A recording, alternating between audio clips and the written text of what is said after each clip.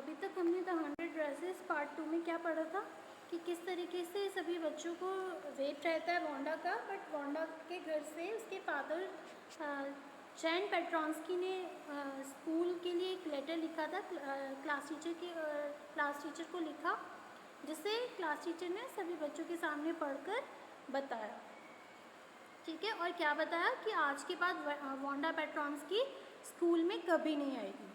ठीक है, तो बच्चों को ये सब कहीं ना कहीं बच्चों को रियलाइज़ हुआ, जो ज़्यादातर बच्चे जैसे पैगी और मैडी को मेन लीड माना है स्टोरी में, वो जिस तरीके से टीज़ करते थे तो उन्हें भी फील हुआ। ठीक है, जिस चीज़ को मैडी को ज़्यादा फील हुआ, मैडी को, क्योंकि उसे उस टाइम भी लगता था कि वो अगर पैगी को रोक देती, being a friend, being a good friend, अगर वो पैगी को रोक देती, पैगी को बोल देती, तो शायद आज उसे इतना गिल्ट फील नहीं हो रहा होता। आपने कल ही स्टोरी में पढ़ा कि उसको इतना ज़्यादा, मैडी को इस बात का इतना ज़्यादा असर पड़ा कि वो रात भर सो भी नहीं पाई। वो पूरी रात यही सोच रही थी कि काश मैंने उस टाइम पैगी को रोक दिया होता, काश मैंने वांडा के साथ इस तरीके का बिहेवियर ना रखा होता। और इसके बाद वो फाइनली सोचते सोचते किस कंक्लूजन में आती है कि आज के बाद अभी वांडा का तो मैंने सपोर्ट नहीं किया, वांडा के लिए तो मैंने स्टैंड नहीं लिया, लेकिन आज के बाद अगर कभी कोई ऐसी सिचुएशन वापस आती है तो मैं ज़रूर बोलूँगी, मैं ज़रूर कोई अपना स्टैंड लूँगी।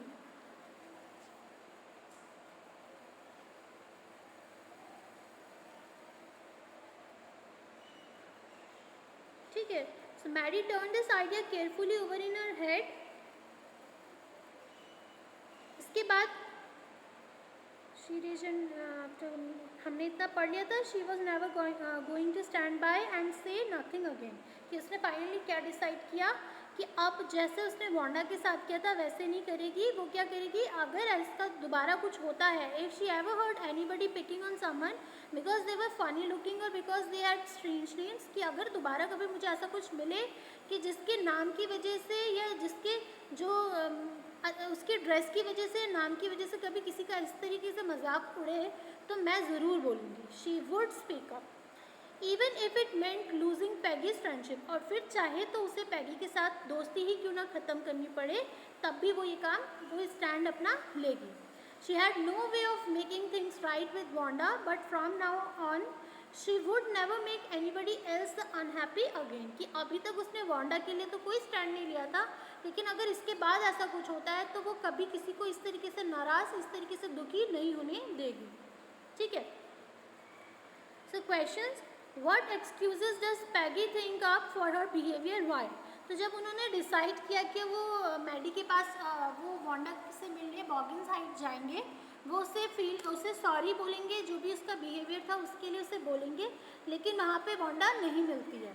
ठीक है, तो वांडा नहीं मिलती है, वांडा चली गई होती है, लेकिन जब वो वापस अपने घर आ रहे थे तो मैडी बहुत सैड थी, लेकिन पैगी क्या बोल के खुद को इस तरीके से बोल रही थी कि मतलब कहीं ना कहीं अगर वांडा इस कंपटीशन को जीतती है तो उसके पीछे भी जो रीज़न था वो क्या था, पैगी ही थी, कि अगर पैगी उसको ड्रेसेस को लेकर इतना कुछ नहीं बोलती तो उसके माइंड में कभी आता ही नहीं, इतनी ब्यूटीफुल ड्रेसेस वो कभी सोचती ही नहीं, कभी बनाती नहीं। तो क्योंकि पैगी पूछती थी उससे कि how many dresses do you have in your closet, तो इसलिए वांडा के मन में ड्रेसेस को लेकर इतनी क्यूरियोसिटी रही कि उसने उसे प्रेजेंट किया, उसने उसे अपने डिज़ाइनर ड्रेसेस कहाँ प्रेजेंट किए, एक पेज पे, एक ड्राइंग शीट पे, और कितने उस तरीके के ड्रेसेस थे, देयर वर 100।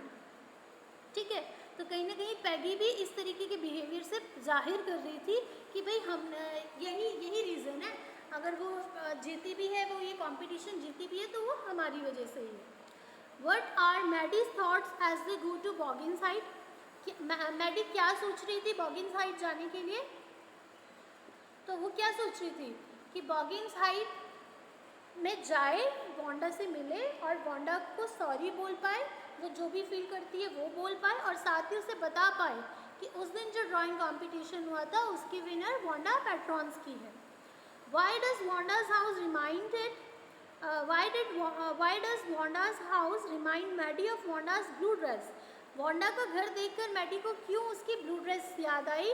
क्योंकि जब उसने स्कूल में उसकी ब्लू ड्रेस देखी थी तो वो क्लीन थी, साफ थी, लेकिन क्या थी, वो आयरन नहीं थी, ठीक है, उसमें सलवटे से पड़े थे। और उसके घर को देखकर भी उसे यही रिमाइंड हुआ, क्या रिमाइंड हुआ, जो उसका घर था एकदम क्लीन था, बट क्या था, उसमें भी इस तरीके से लाइन्स थे। Next last question, what does Maddie think hard about, what important decision does she came to. ठीक है, मैडी ने फाइनली पूरी रात सोच के क्या कंक्लूजन निकाला कि ठीक है, उसने वांडा के लिए स्टैंड नहीं लिया जो कि गलत था, लेकिन आज के बाद अगर ऐसी कोई सिचुएशन आती है, अगर कोई किसी का नाम, उसके टाइटल, उसके सरनेम या उसके नाम या उसके ड्रेस की वजह से कोई किसी का मजाक उड़ाएगा तो मैडी स्टैंड ज़रूर लेगी, फिर चाहे उसे पैगी के साथ फ्रेंडशिप भी क्यों ना तोड़नी पड़े। On Saturday, Maddie spent the afternoon with Peggy. They were writing a letter to Wanda Petronsky. It was just a friendly letter telling about the contest and telling Wanda she had won. ठीक है, Saturday को Maddie ने दिन में पैगी के साथ बैठ के वांडा पेट्रॉन्स्की के लिए एक लेटर लिखा। ठीक है, एक फ्रेंडली लेटर लिखा जिसमें क्या था, उसे बताया गया था कि वो उस ड्राइंग कंपटीशन जो कॉन्टेस्ट स्कूल में ऑर्गेनाइज हुआ था उसकी विनर कौन थी, वांडा पेट्रॉन्स्की थी। उन्होंने लेटर में से लिखा, they told her how pretty her drawings were, उन्होंने अपने रिव्यूज़ भी दिए, उनको भी जो उसकी ड्राइंग बहुत सुंदर लगी उसके बारे में उन्होंने बताया कि हमें बहुत ज़्यादा अच्छी लगी, where she was living and if she like her new teacher. और उसने आगे एज अ फ्रेंडली उससे क्या पूछा कि वो कहाँ रह रही है और वो कहाँ रह रही है और क्या उसको उसकी न्यू टीचर पसंद आ रही है। They had meant to say that they were sorry, but it ended up with their just writing a friendly letter, the kind they would have written to any good friend, and they signed it with lots of 10 for love. They mailed the letter to Boggins Heights, writing please forward on the envelope. ठीक है, उन्होंने Wanda को आगे इस तरीके से बताते हुए भी किया, तो उन्होंने वांडा को एक फ्रेंडली लेटर लिखा जिस पे उन्होंने बताया कि वो किस तरीके से वो सॉरी फील करते हैं जो भी बिहेवियर उनका वांडा के साथ रहा था, और अब उन्होंने एक फ्रेंडली जेस्चर पे लेटर मेल किया, और मेल कहाँ किया, बॉगिन्स हाइट पे किया। ठीक है, please forward on the envelope. ठीक है, बॉगिन्स हाइट पर लिखने के बाद एनवेलप के ऊपर लिख दिया please forward it to whom, किसे फॉरवर्ड करे, ये फॉरवर्ड करे वांडा पेट्रॉन्स्की को जहाँ भी वो आगे शिफ्ट हुए। ठीक है, तो अब यहाँ क्वेश्चन मार्क है क्योंकि वो बॉगिन साइड गए भी थे, उन्होंने उनके वांडा के घर पे जाके देखा भी कि अब वो वहाँ नहीं रह रहे हैं, वो शिफ्ट हो चुके हैं किसी बिग सिटी में। तो अब जो ये लेटर उन्होंने बॉगिन साइड पे दिया है इसकी कोई गारंटी नहीं है कि ये वांडा पेट्रॉन्स्की तक पहुँचे। Days passed and there was no answer, but the letter did not came back. काफ़ी दिन बीत गए लेकिन कोई भी रिप्लाई नहीं आया, कोई भी आंसर नहीं आया। ठीक है, so maybe Wanda had received it. तो अब उन्हें शक था कि हो सकता है कि वांडा के पास पहुंच गया हो। Perhaps she was so hot and angry she would not going to answer. और उन्हें क्या लग रहा था, क्योंकि वो हमारी वजह से बहुत दुखी हुई है, बहुत ज़्यादा गुस्से में है, इसीलिए शायद वो आंसर नहीं कर रही है, हो सकता है कि उस तक लेटर पहुंच गया है। यू कुड नॉट ब्लेम हर, हम उसे इस बात पे ब्लेम नहीं कर सकते। Weeks went by and still Wanda did not answer. अब कुछ हफ्ते बीत गए लेकिन वांडा का रिप्लाई नहीं आया। Peggy had begun to forget the whole business and Maddie put herself to sleep at nights making speeches about Wanda. Peggy तो सब चीज़ें भूल ही गई थी, उसे तो पता ही नहीं था कि वांडा की कोई वांडा पेट्रॉन्स्की की एक लड़की थी, ये सब हमने किया, वांडा पैगी बिल्कुल भूल चुकी थी। लेकिन Maddie put herself to sleep at night making speeches about Wanda, लेकिन मैडी हर रात को वांडा को याद करके ही सोती थी। Defending her from great crowds of girls who are trying to tease her with.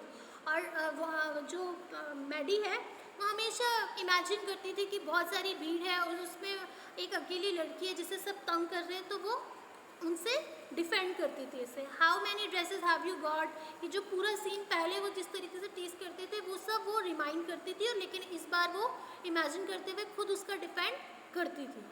and before Wanda could press her lips together in a tight line, the way she did before answering, Maddie would cry out, "Stop!" Then everybody would feel ashamed the way she used to feel. तो Maddie क्या कहती है कि जब वो ये answer देने के लिए अपना मुंह खोलती ही थी तो वो उसको रोक देती थी और बोलती थी स्टॉप, और रोने लगती थी, वो चिल्ला के बोलती थी स्टॉप, तो ताकि जिस तरीके से उसे शेम फील किया जाता है बाकी सब भी शेम फील करें। ये सब वो इमेजिन कर रही है, ऐसा कुछ हुआ नहीं था, ठीक है। मजाक उड़ाते थे लेकिन मैडी चुप रहती थी, मैडी कुछ नहीं बोलती थी, लेकिन अब वो हर रात इमेजिन करती है वही सीन, जिस तरीके से टीज किया जाता था, वांडा पेट्रॉन्स की रिप्लाई देती थी, तो अब वो ये सब फील कर रही है।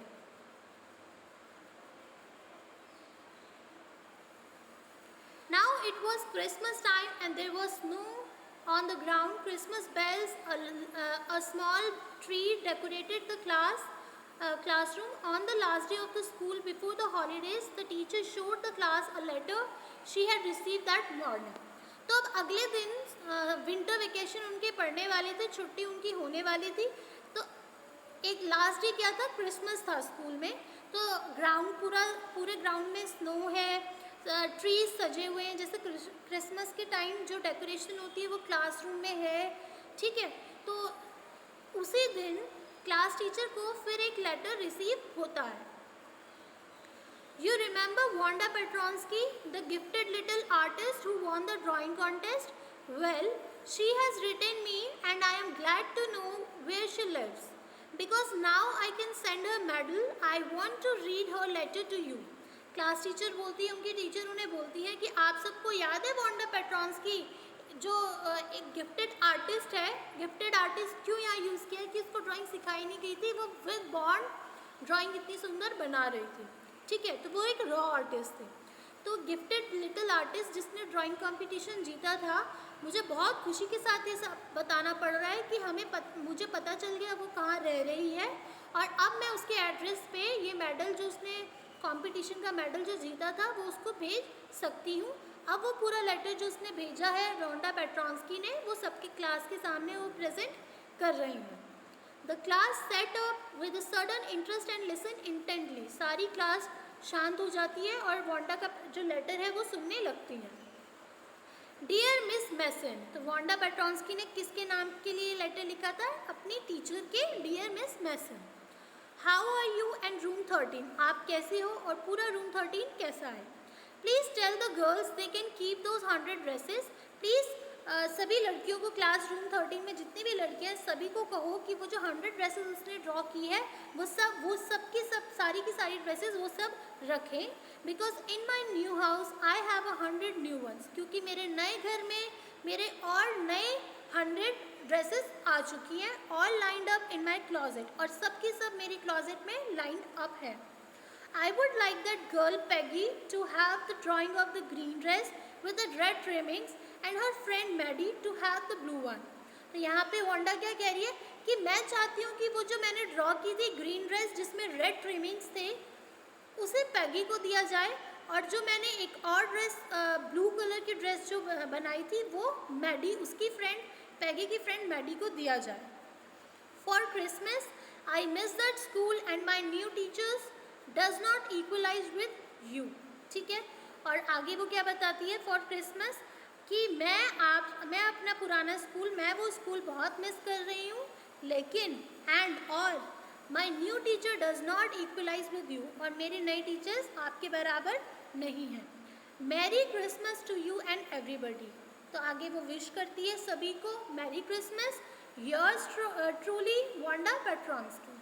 तो ये लेटर उसने अपने क्लास टीचर, अपने टीचर और उस रूम 13 के बच्चों के लिए लिखा था।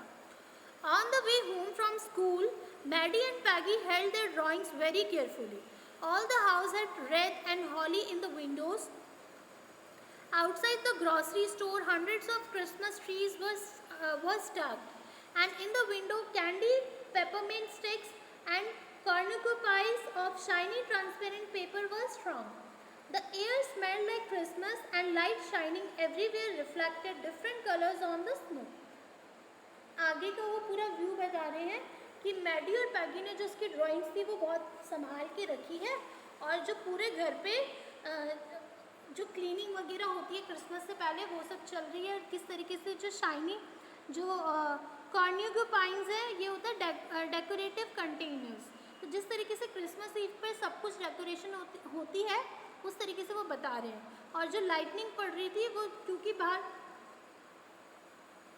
क्रिसमस ईव पर जिस तरीके से डेकोरेशन होती है वो सब होनी शुरू हो गई। Boy said Peggy, this know she really likes us, it shows she got a letter and this is her way of saying that everything is alright. ठीक है, इस तरीके से वो क्या बताने की कोशिश करते हैं कि देखो ये उसका रिप्लाई आया है, तो इसी से हमें पता चलता है कि वो उसको हमारा लेटर उस तक पहुंच गया था और यही उसका रिप्लाई है।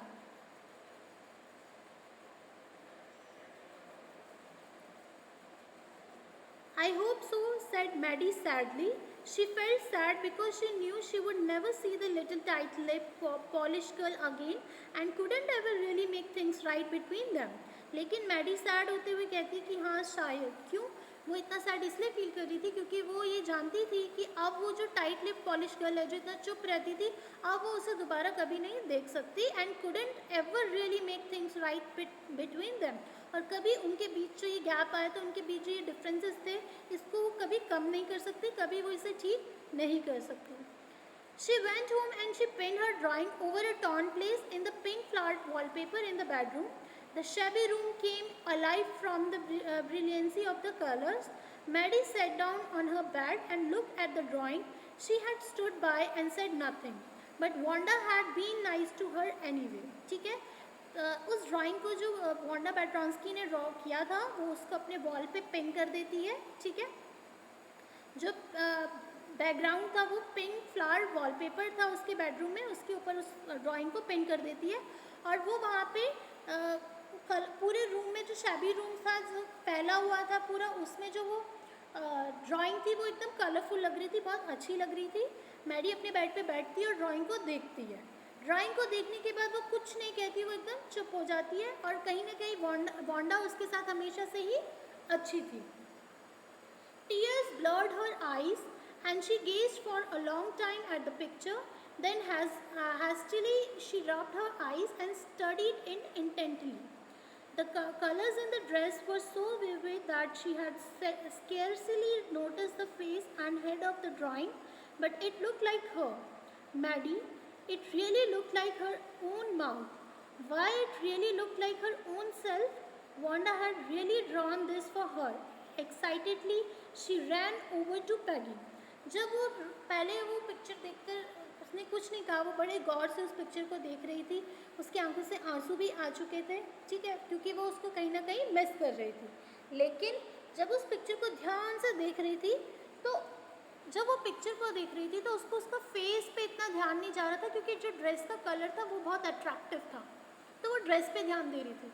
बट जैसे ही उसने अपनी शेडो उस ड्राइंग पे देखी तो उस ड्रेस के ऊपर ऐसा लग रहा था जैसे मानो वो ड्रेस उसी के लिए बनाई गई हो। ये देखकर वो बहुत शॉक्ड हो जाती है क्योंकि वांडा ने ये एक्चुअली में ये जो ड्रेस थी, ब्लू ड्रेस थी, वो मैडी के लिए ही बनाई थी। मैडी को ही याद करते हुए, उसके फेस को ध्यान में रखते हुए वो ड्राइंग बनाई गई थी, जो कि अब मैडी को समझ में आ गया।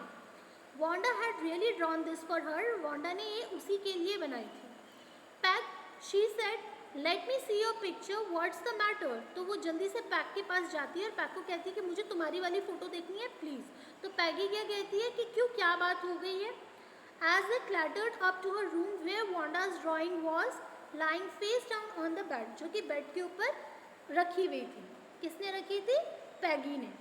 Maddie carefully raised it, Maddie ने ध्यान आराम से उसे उठाया। लुक, शी ड्रू यू, कि देखो पैगी ने, वांडा पेट्रॉन्स्की ने तुम्हें ड्रॉ किया है, दैट्स यू, ये तुम हो। और आगे उसने पूरी तरीके से उसे एक्सप्लेन किया। And the head and the face of the picture did look like Peggy. और जब उन्होंने देखा तो हाँ, उसका जो फेस था, वो पिक्चर जो था वो किसका था? वो पैगी का था। व्हाट डिड आई से? पैगी ने कहा, अब मैं क्या कहूँ? She must have really liked us, कि शायद वो हमें बहुत पसंद करती थी। Yes, she must have, Maddie ने कहा, हाँ हो सकता है। And she blinked away the tears that came every time she thought of Wanda standing alone in that sunny spot in the schoolyard, और वो हमेशा उसकी आंखों से आंसू आ जाते जब वो स्कूल के यार्ड में खड़ी होती है अकेले और वांडा पेट्रॉन्स्की को याद करती. Looking stolidly over at the group of laughing girls after she had walked off, after she had said sure 100 of them all lined up. और वो स्पेशली क्या बात याद करती थी, जब वो रिप्लाई देती थी उससे पूछा जाता था ड्रेसेस के बारे में और उसका रिप्लाई हमेशा क्या था, sure 100 of them all line up. तो ये आपकी स्टोरी थी द 100 ड्रेसेस पार्ट 2.